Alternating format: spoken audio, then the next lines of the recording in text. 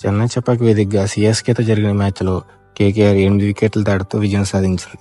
Bowling, batting, fielding అన్నింటిలో రాణించి CSK మీద వాళ్ళ మైదానంలోనే విజయం సాధించింది. కేకేఆర్ టీం బౌలింగ్తో వాళ్ళ స్పిన్ పిచ్ మీద వాళ్ళని గడగడలాడించింది. ఈ మ్యాచ్లో స్పిన్నర్లదే రాజ్యమని చెప్పొచ్చు. ఎందుకంటే కేకేఆర్ స్పిన్ యూనిట్ మామూలు మ్యాజిక్ చేయలేదు, తిప్పి పడేశారు. అయితే మొయిన్ అలీ చూసుకున్న, వరుణ్ చక్రవర్తి చూసుకున్న అండ్ ద మ్యాన్ నరేన్ అయితే స్పిన్ బౌలింగ్తో ఇచ్చి పడేశాడు.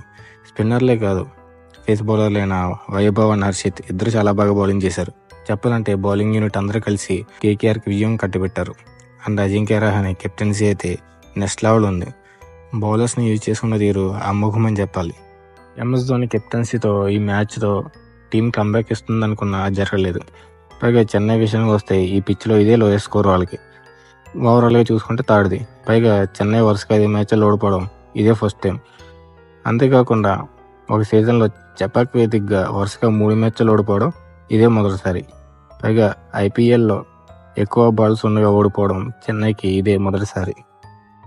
అంటే కేకేఆర్ మ్యాచ్ని 59 బాల్స్ మిగిలి ఉండగానే కంప్లీట్ చేశారు. పైగా 100+ టార్గెట్ని చేజ్ చేసిన టీమ్స్లో కేకేఆర్ థర్డ్ ప్లేస్లో ఉంది. మొదటి 2 ప్లేసుల్లో ఆర్సీబీ అండ్ ఎస్ఆర్హెచ్ ఉన్నాయి. ఇంకా బ్యాటింగ్ విషయానికి వస్తే ఏం లేదు. బౌలర్స్ రెగ్యులర్ ఇంటర్వెల్స్లో వికెట్లు తీస్తూనే ఉన్నారు. విజయశంకర్ కొద్దిసేపు క్రీజులో ఉన్నా అది కొంచెంసేపు మాత్రమే. అసలు సిఎస్కే టీంలో ఒక్కరు కాన్ఫిడెంట్గా ఉండి బ్యాటింగ్ చేద్దామనే ఉద్దేశమే లేదు. ప్రతి ఒక్కరు లో కాన్ఫిడెన్స్తోనే బ్యాటింగ్ చేసి వికెట్లు సమర్పించుకున్నారు. సచిన్ చూసుకున్నా, కాన్వే చూసుకున్నా, త్రిపాఠి చూసుకున్నా ఇలా ఎవరూ రెస్పాన్సిబిలిటీ తీసుకోలేదు. పైగా రుతురాజ్ ప్లేస్లో వచ్చిన త్రిపాఠి అయితే ఘోరంగా విఫలమయ్యాడు. అయితే రుతురాజ్ లేని లోటు బాగా తెలుస్తుంది. అంతేకాకుండా బ్యాటింగ్ ఆర్డర్ కూడా సరిగా లేదు. 60 పరుగులకి 4 వికెట్లు పడిపోయిన టైంలో అశ్విన్ బ్యాటింగ్ పంపించారు. ఇది అస్సలు యూజ్ అవ్వలేదు. ఇటువంటి టైంలో అయినా ధోని బ్యాటింగ్ ఆర్డర్లో కొంచెం ముందు బ్యాటింగ్కి వస్తే బాగుండేది. ఇంపాక్ట్ ప్లేయర్గా వచ్చిన దీపక్ హుడా కూడా ఏం చేయలేకపోయాడు. ఎనీవే, సిఎస్కే బ్యాటర్స్ అందరూ కలిసికట్టుగా విఫలమయ్యి 20 ఓవర్స్లో 103 రన్స్ మాత్రమే కొట్టారు. కేకేఆర్ బౌలర్స్ అందరూ కలిసికట్టుగా రాణించారు.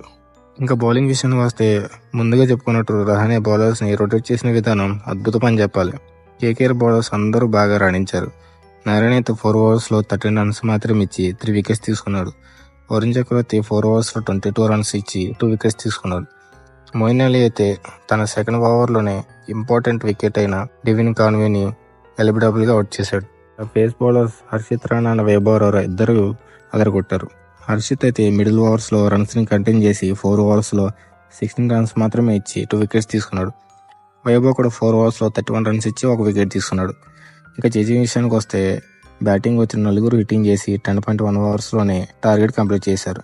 మెయిన్గా నరేన్ అయితే బౌలింగ్కి తోడు బ్యాటింగ్లో కూడా అదరగొట్టాడు. కేవలం 18 బాల్స్లోని 44 రన్స్ చేశాడు.